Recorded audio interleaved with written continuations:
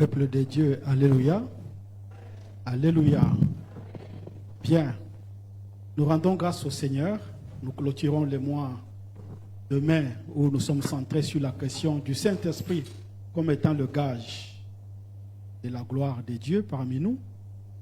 Alors, comme je vous ai présenté la semaine passée, le couple Jeffrey et Barbara, qui est venu nous rendre visite et qui a été membre de notre église pendant presque 10 ans et puis qui a été membre du conseil de l'église. Donc, qui viennent des États-Unis. Donc, c'est lui qui va partager avec nous la parole du Seigneur aujourd'hui. Et la semaine prochaine, nous serons avec lui aussi à Tétouan. Donc, il accompagne notre église des fois pour préparer les études bibliques pour le couple, où on fait les entretiens pour une vie harmonieuse dans les couples. Donc, je vais d'abord leur demander, lui et Barbara, ils vont se lever encore, nous allons les saluer avant que Jeffrey ne passe ici pour nous apporter la parole. Donc, Barbara et Jeffrey, si vous pouvez encore vous lever de vous. Voilà. Voilà. Donc, alors, vous comprendrez, quand il est parmi nous les anglophones, son anglais et son français s'activent. Et quand il va aux États-Unis, et puis ça diminue un peu. Peut-être, je ne sais pas comment il va s'y prendre, mais quand même, il fera toujours un effort d'être plus explicite. Voilà. Que le Seigneur vous bénisse. Donc, écoutons ce que Dieu nous a réservé au travers de son serviteur. Amen. Acclamons le Seigneur.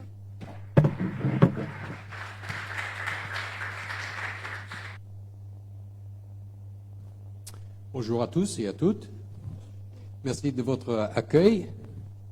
Je suis content d'être parmi vous avec mon épouse Barbara et j'espère que le Seigneur vous bénisse aujourd'hui. Ok, est-ce qu'on peut démarrer les diapos? Ok. J'ai intitulé cette prédication de l'audace à l'humilité et je vais lire le texte de Matthieu, chapitre 20, versets 17 à 28. Et je vais lire de la version seconde 21. J'espère que ça marche pour vous. Pendant qu'il montait à Jérusalem, Jésus prit à part les 12 disciples et leur dit en chemin: nous montons à Jérusalem et le Fils de l'homme sera livré aux chefs des prêtres et aux spécialistes de la loi. Ils le condamneront à mort et le livreront aux non-juifs pour qu'ils se moquent de lui, le fouettent et le crucifient. Le 3e jour, il ressuscitera. Alors, la mère des fils de Zébédée s'approcha de Jésus avec ses fils et se prosterna pour lui faire une demande. Il lui dit: que veux-tu? Ordonne, lui dit-elle, que dans ton royaume, mes 2 fils que voici soient assis l'un à ta droite et l'autre à ta gauche. Jésus répondit: vous ne savez pas ce que vous demandez. Pouvez-vous boire la coupe que je vais boire? Il leur répondit: non, excusez-moi. Nous le pouvons, dirent-ils.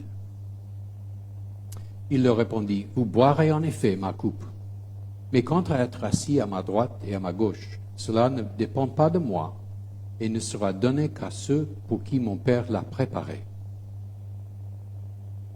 Après avoir entendu cela, les 10 autres furent indignés contre les 2 frères. Jésus les appela et leur dit: vous savez que les chefs des nations dominent sur elles et que les grands les tiennent sous leur pouvoir. Ce ne sera le cas parmi vous. Mais si quelqu'un veut être grand parmi vous, il sera votre serviteur. Et si quelqu'un veut être le premier parmi vous, qu'il soit votre esclave. C'est ainsi que le Fils de l'homme est venu, non pour être servi, mais pour servir et donner sa vie en rançon pour beaucoup. Amen. Nos amis David et Emily étaient en plein déménagement Ils devaient quitter leur appartement pendant plusieurs semaines. Nous les avons invités ici à Tanger à séjourner chez vous, chez nous, avec nos 3 enfants. Un jour, un homme d'affaires est venu nous rendre visite pour discuter de nos besoins en manuel scolaire pour notre activité de soutien scolaire. Nous étions installés dans le salon et notre amie Emily préparait du thé marocain dans la cuisine. Elle se considérait comme notre servante. Elle l'a fait avec joie parce qu'elle suivit l'exemple et les enseignements de Jésus. À un moment donné, notre voisine Khadija est venue frapper à la porte. Emily est allée lui dire que nous étions occupés et de demander qu'elle revienne plus tard. Mais Khadija n'a pas voulu entendre cela. Elle a écarté Emily. Elle a fait irruption dans notre réunion dans le salon. Et voilà. Après que nous avons parlé avec Khadija, elle était partie. Emily nous a fait part de ses réflexions sur cet incident. Elle a dit, « J'étais ravie de jouer le rôle de servante jusqu'à ce que quelqu'un me traite comme tel. » Je vous raconte cette histoire pour illustrer la nécessité d'avoir l'esprit de service, mais aussi pour souligner à quel point ce sera difficile. Aujourd'hui, nous étudierons une histoire tirée de la vie de Jésus qui aborde la question de service. Nous allons écouter le conseil de notre Seigneur à ce sujet. Pour mieux comprendre le texte, je veux dessiner les traits historiques de cette période. Le ministère de Jésus touchait à sa fin. Il avait appelé ses disciples, il les avait enseignés, il avait guéri les malades et avait chassé les démons. Des foules l'avaient suivi à cause des guérisons, mais aussi parce qu'ils pensaient que Jésus annoncerait prochainement son royaume sur terre et qu'il chasserait les Romains. Cette idée était répandue non seulement parmi les foules, mais aussi parmi les 12 disciples. Le peuple juif fut conquis par les Romains en 63 avant Jésus-Christ. Alors, à cette époque, ça fait peut-être un siècle d'occupation par les Romains. Ceux-ci autorisaient les Juifs à pratiquer leur religion et à gérer leurs affaires internes. Ils ont instauré les impôts qui étaient perçus par des fonctionnaires juifs. Ces derniers devaient verser une somme négociée au gouvernement romain, mais ils pouvaient exiger davantage. Ils gardaient la différence, ce qui leur permit de s'enrichir, mais ils étaient méprisés comme des traîtres par leurs concitoyens. Excuse-moi. Merci. Ce système d'impôt alimentait la haine que gardait la population juive contre l'occupation romaine. Cette haine a motivé la partie politique connue sous le nom zélotes. Les zélotes sont des personnes très à cheval.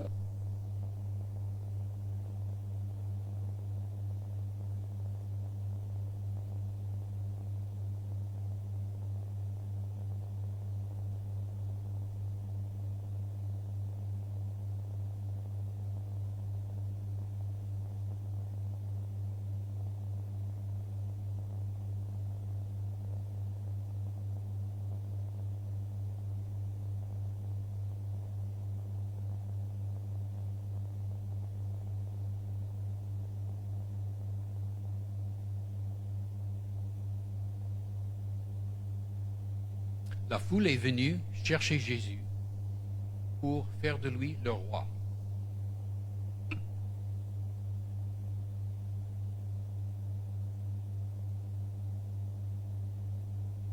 Au lieu de se soumettre à la volonté de la foule, et peut-être les disciples, Jésus empruntait une voie tout à fait différente. une voie à laquelle les disciples ne s'attendaient pas. Il ne voulait pas établir sur terre un royaume qui aurait remplacé l'Empire romain et serait imposé comme tous les autres royaumes. Pour souligner la différence entre son royaume à lui et le royaume et les royaumes terrestres, il a raconté des paraboles, il a proclamé sa plus grande foi. Je peux avancer le diapo?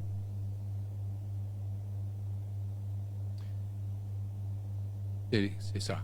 Tu aimeras le Seigneur ton Dieu de tout ton cœur, de toute ton âme et de toute ta pensée.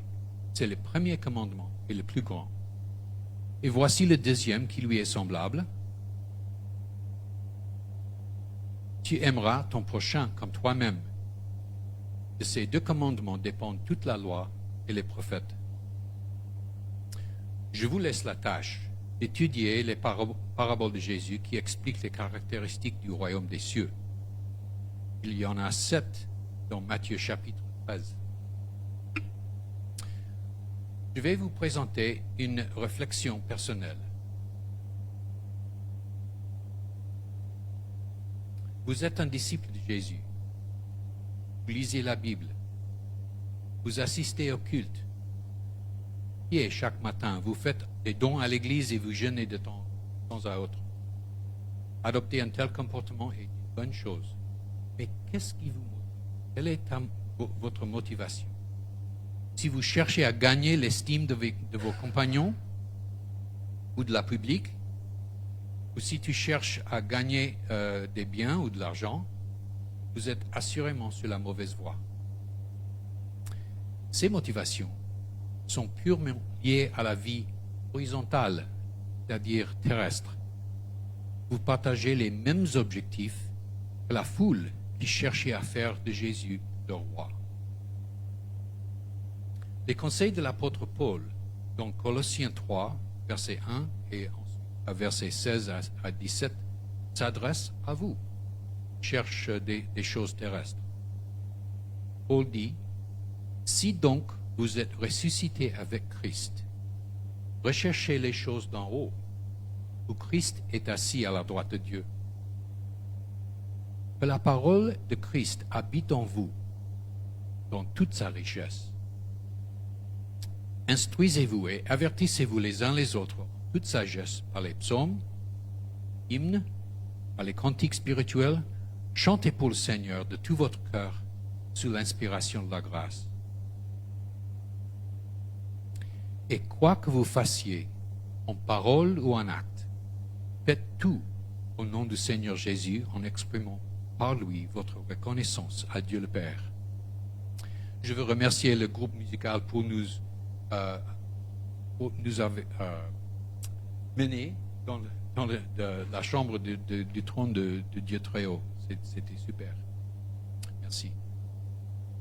Alors, ce conseil de l'apôtre Paul nous invite à prendre part à un royaume vertical entre nous et Dieu et à renoncer à nos aspirations verticales.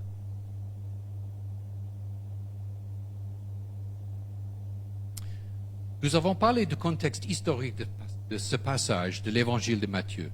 Nous allons maintenant examiner la déclaration de Jésus au verset 17 à 19.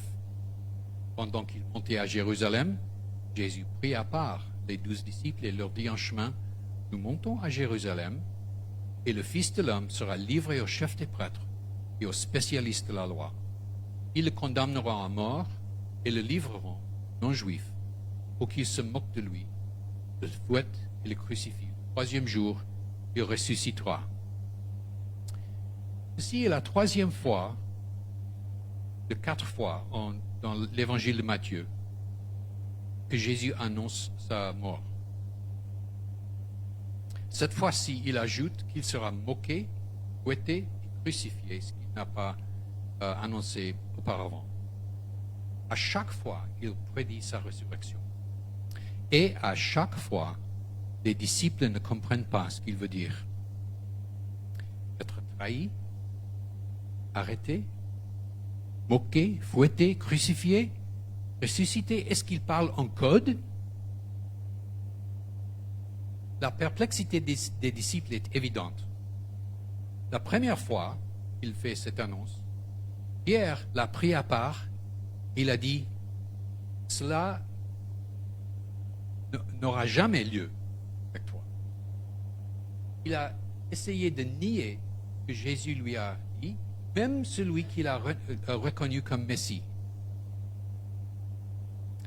La deuxième réaction, en chapitre 17, est moins vive. Les disciples comprenaient que Jésus allait mourir, mais lorsqu'il a dit de soi-même, le troisième jour, il ressuscitera, ils n'ont pas compris.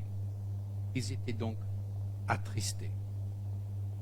Ils n'ont pas réagi, seulement ils étaient attristés. La troisième fois, cette fois, il annonce sa mort prochaine et leur réaction a consisté à simplement ignorer ce qu'il avait dit et à passer à un autre sujet qui était pour eux plus intéressant. Je pense qu'ils ont pris ces paroles pour des absurdités et qu'ils n'ont pas su trouver de réponse appropriée. Nous avons de nos jours l'occasion de lire quelque chose dans la Bible que nous ne comprenons pas. Notre réaction serait de questionner, de douter ou de le regarder comme une absurdité.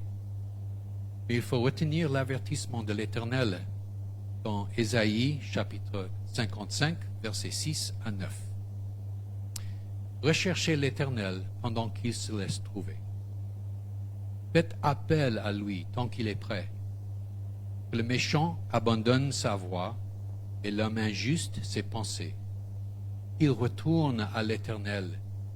Il aura compassion de nous. Qu'il retourne à notre Dieu, car il pardonne abondamment. En effet, vos pensées ne sont pas mes pensées, et mes voix ne sont pas vos voix, déclare l'Éternel. Le ciel est bien plus haut que la terre. De même, mes voix sont bien au-dessus de vos voix, mes pensées bien au-dessus de vos pensées. Même si nous pensons que la parole de Dieu est une absurdité, il faut garder cet avertissement dans nos cœurs et accepter, chercher à comprendre. Alors, c'est la réflexion personnelle, une réflexion.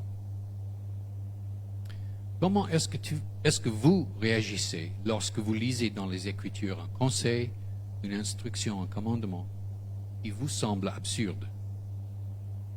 Voulez-vous nier ce que vous venez de lire? Comme Pierre a nié l'instruction de Jésus? Voulez-vous chercher des excuses pour vous en sortir?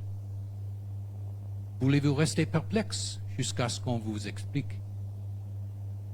Voulez-vous demander plus de détails au Seigneur dans la prière? Nous avons besoin, nous devons chercher l'Éternel, la pensée de l'Éternel, par la prière, par la réflexion, ou en cherchant conseil auprès d'une personne fiable et plus mûre dans la foi.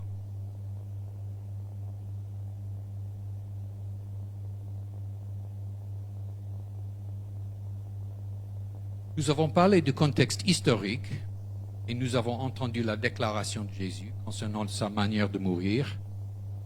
Et maintenant, le moment où les disciples devaient réagir à ce message de danger et d'espérance.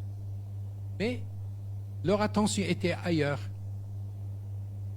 La mère de Jacques et de Jean s'est approchée de Jésus avec la demande de place d'honneur dans le royaume. Quelle audace de la part de Jacques et de Jean. Au lieu de répondre aux paroles de Jésus, ils ont pensé à ce qu'ils considéraient comme plus important. Un royaume terrestre. Cet épisode révèle l'attitude des disciples qui considéraient les enseignements de Jésus au sujet du royaume comme s'il parlait d'un royaume purement physique, avec une organisation semblable aux autres royaumes qu'ils avaient connus. Il y a d'autres rencontres qui illustrent la différence entre ce dont Jésus parlait et les interprétations de ses interlocuteurs. En voici 2 exemples. Dans Jean 4, Jésus parle avec la femme de Samarie et la femme a dit « Seigneur, je vois que tu es un prophète, nos ancêtres ont adoré sur cette montagne et vous dites-vous que l'endroit où il faut adorer est à Jérusalem. » Jésus a répondu « Femme, lui dit Jésus, crois-moi, l'heure vient où ce ne sera ni sur cette montagne ni à Jérusalem que vous adorerez le Père. Vous adorez ce que vous ne connaissez pas. Nous adorons ce que nous connaissons car le salut vient des Juifs. Mais l'heure vient, elle est déjà là, où les vrais adorateurs adoreront le Père en esprit et en vérité. En effet, ce sont là les adorateurs que recherche le Père. Dieu est esprit. Il faut que ceux qui l'adorent en esprit et en vérité. Alors c'est la différence entre le royaume des cieux. Nous adorons le Père en esprit et en vérité. Mais la femme de Samarie, elle pensait à des lieux sur la terre pour adorer Dieu. Encore un exemple. Lors de son procès devant Ponce Pilate, qu'est-ce que Jésus a dit? Mon royaume n'est pas ce monde. Il a fait la distinction entre son royaume, le royaume des cieux, et les autres royaumes, les royaumes physiques.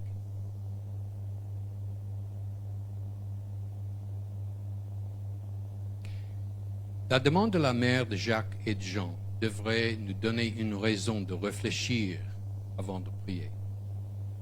Nous devons être honnêtes lorsque nous prions en exposant nos besoins, nos préoccupations, nos péchés, nos louanges et notre reconnaissance. Cependant, nous sommes parfois tentés de manipuler le Seigneur par des paroles hypocrites, mal informées.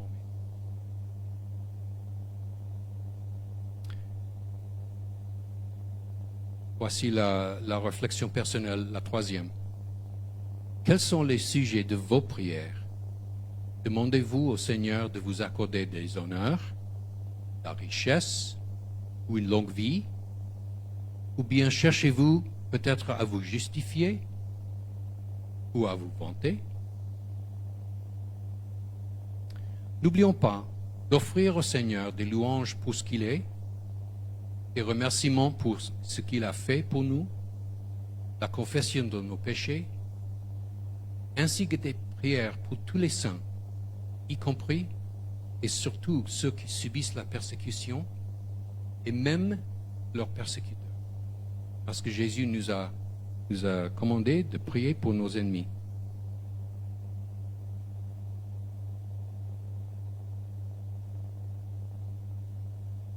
Soyons honnêtes dans nos prières.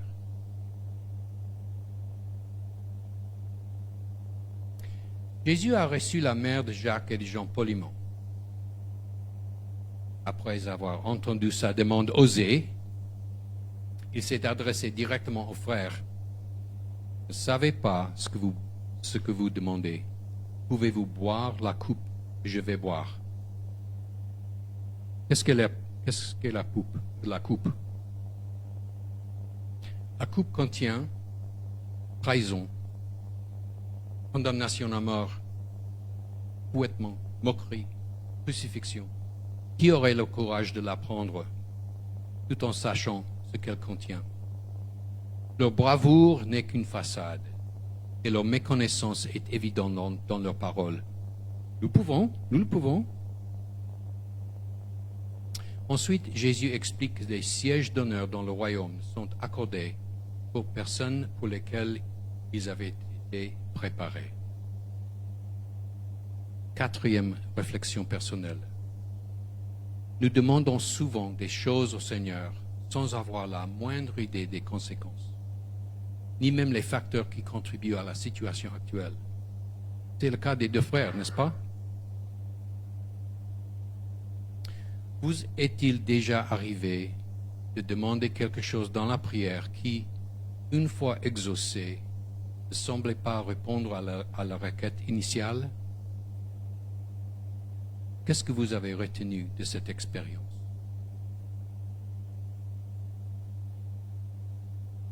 Voici un incident de notre vie personnelle qui montre la sagesse et l'amour éternel. Nous avons 3 enfants. L'aînée s'appelle Janelle et elle était à la recherche d'un mari. Nous avons prié le Seigneur qu'il envoie Marie fort. Elle a rencontré Jordan et nous pensions qu'il était la réponse à notre prière. Mais Jordan a fait marche arrière et il est parti assez brusquement, nous laissant tristes et perplexes. Après une attente de quelques années, Janelle a rencontré un homme formidable, Adam. Ils se sont mariés, ils ont maintenant 4 enfants. Nous sommes maintenant soulagés du fait que le Seigneur n'ait pas répondu à nos prières comme nous l'avions espéré. La réponse était différente que nous avons pensé au début. Et cela demande de nous de la flexibilité, une adaptation à ce que le Seigneur veut.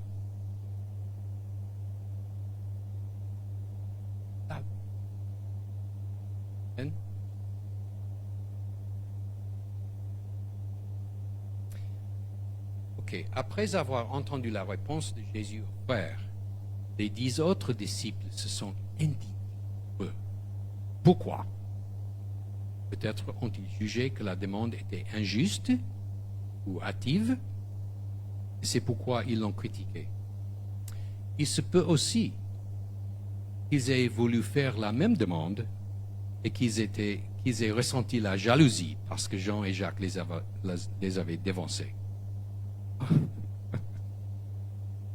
Leur motivation était malsaine et son origine se trouvait dans la conviction, partagée par les 12, que le royaume des cieux allait très bientôt prendre la place des Romains.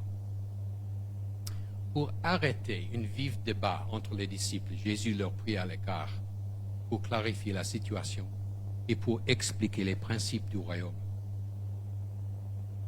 Dans le commentaire biblique d'Asbury, on dit de ces versets: Jésus répond que la grandeur dans le royaume n'a rien à voir avec le statut social ou le pouvoir de les autres.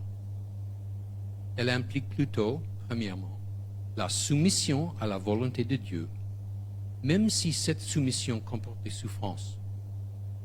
Et deuxièmement, le service humble envers les autres au sein de la communauté chrétienne.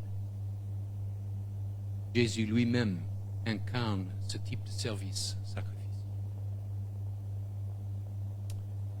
Dans son discours, Jésus a souligné que le royaume des cieux serait organisé différemment des royaumes terrestres. Les grands devront devenir des serviteurs.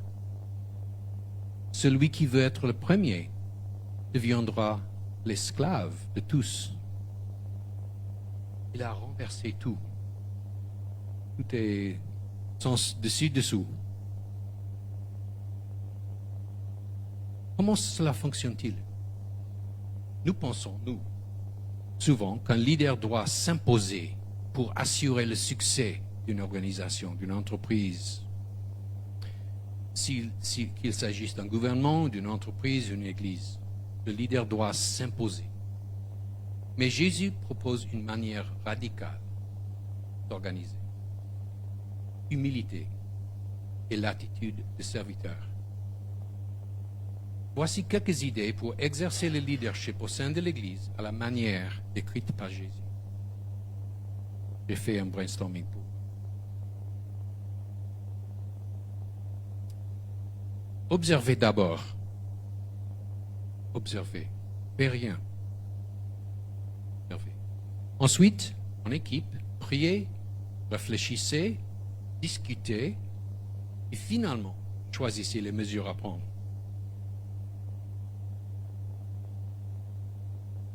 Observez d'abord.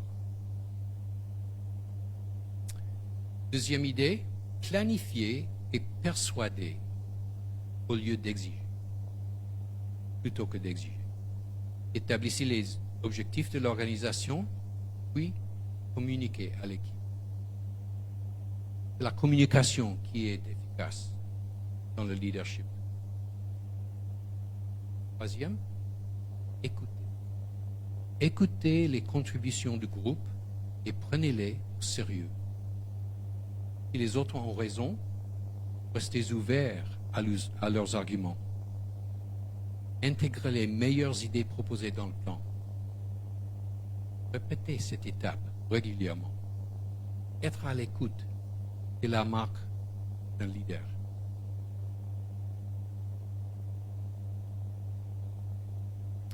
Déléguer des tâches, c'est le leader qui doit faire ça. Déléguer les tâches. Puis, mettez-vous à l'écart pour que les personnes à qui vous avez délégué puissent atteindre leurs objectifs. C'est l'idée de faire croître les membres de l'équipe, de faire en sorte qu'ils grandissent dans leurs responsabilités, leurs capacités, exercer leurs dons, etc. Déléguez les tâches, mettez-vous à l'écart. Ensuite, une idée qui vient d'un livre Jim Collins. Le livre s'appelle « De la performance à l'excellence ». Il n'est pas forcément un chrétien, mais il a identifié un principe qui est conforme, qui est semblable à la principe de Jésus. Lorsque vous réussissez, regardez par la fenêtre votre équipe et saluez son travail et ses contributions. Lorsque vous réussissez. Lorsque vous échouez, regardez-vous dans le miroir et demandez-vous où vous avez fait faillite et comment vous pouvez améliorer votre leadership. C'est l'idée de la fenêtre et le miroir. Le fil conducteur qui relie tous ces conseils est l'humilité. Être le serviteur de l'esclave de tous implique une humilité qui cherche le bien-être des autres. Ce bien-être ne se limite pas à la nourriture, aux vêtements ou au logement, mais s'étend également à la croissance sociale et spirituelle. L'Église de Jésus-Christ a reçu ce commandement directement de notre Seigneur. Aimez-vous les uns les autres, je vous ai aimés. En fait, le pasteur, pendant l'affermissement ce matin, il a parlé de la croissance de l'Église, non seulement en nombre, mais aussi en maturité.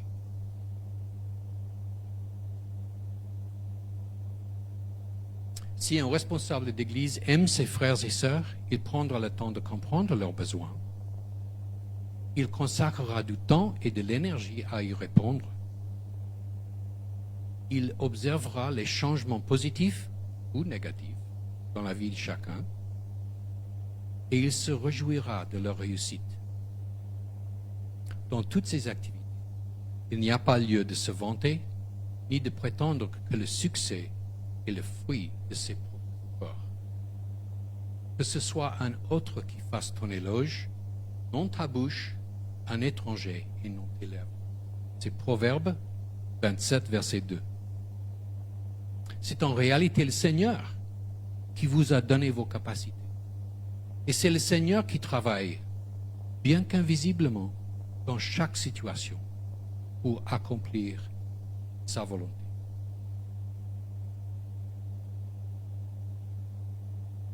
Cinquième réflexion. Est-ce que vous avez des objectifs dans la vie qui comprennent le leadership? Vous avez reçu ou vous voulez poursuivre un diplôme ou un master ou un doctorat et vous êtes équipé pour contribuer à la réussite d'une entreprise.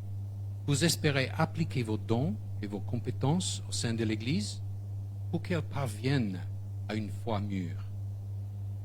Qu'est-ce qui vous motive à poursuivre cet objectif?